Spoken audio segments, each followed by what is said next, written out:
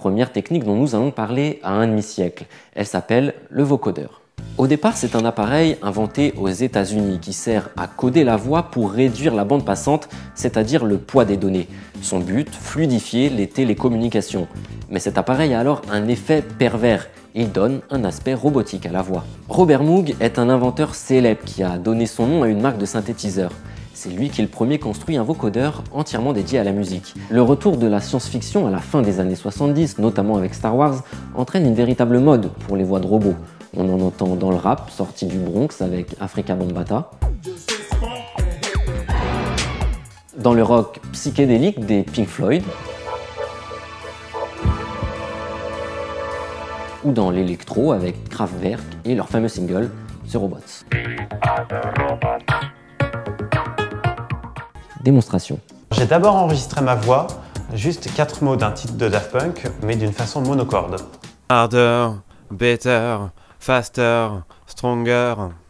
Ensuite, j'ai joué avec le synthétiseur vocodeur la mélodie de ce fameux thème de Daft Punk.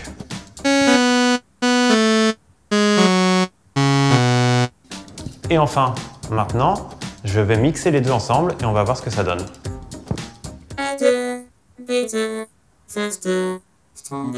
Le vocodeur est, il faut le dire, un peu tombé en désuétude. Mais un autre outil, arrivé à la fin des années 90, est aujourd'hui presque omniprésent dans la musique, l'autotune. Cette fois, il s'agit non pas d'une machine qui va tordre le son d'une voix, mais d'un logiciel informatique beaucoup plus élaboré. L'autotune va en effet corriger les fausses notes.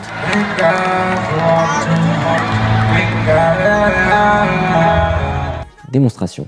Marc, comme tu es un grand fan d'Adèle, on a enregistré ta voix sur le début de Hello de Adèle. Hello, it's me. I was wondering if after all these years... Bon, il y a un peu de boulot, mais on va déjà te rajouter une petite reverb qui va mieux t'intégrer dans le mix et te rajouter du coffre, et surtout, on va rajouter l'autotune. Alors là, on est au cœur de l'autotune. Les cadres orange, c'est ce que tu devrais chanter pour être dans la tonalité du morceau. Malheureusement, on voit ici les lignes oranges, c'est ce que tu as réellement chanté, et des fois, tu es au-dessus, comme ici, ou tu es en dessous de la note, comme ici. Ce que va faire l'autotune, ça va te rehausser ou te baisser ta voix pour être dans la tonalité. On écoute. Hello, it's me.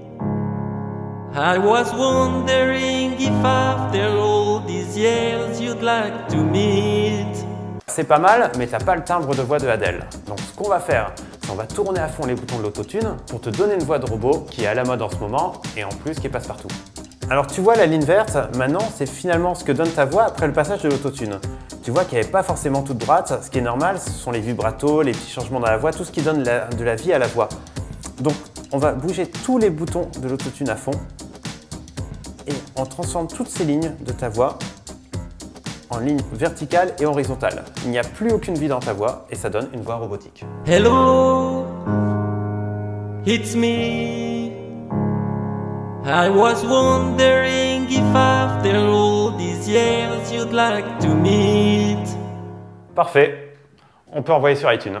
Quoi qu'on en pense, l'autotune offre en effet une extraordinaire liberté artistique. 70 à 90% de ce que vous entendez est aujourd'hui ajusté grâce au logiciel. Le plus grand danger que représenterait cette autotune pourrait donc finalement être cette espèce de perfection lisse devenue inévitable. Pour les voix de robots, en revanche, on laisse une nouvelle fois le dernier mot à Maître Booba. Si tu kiffes pas, t'écoutes pas et puis c'est tout.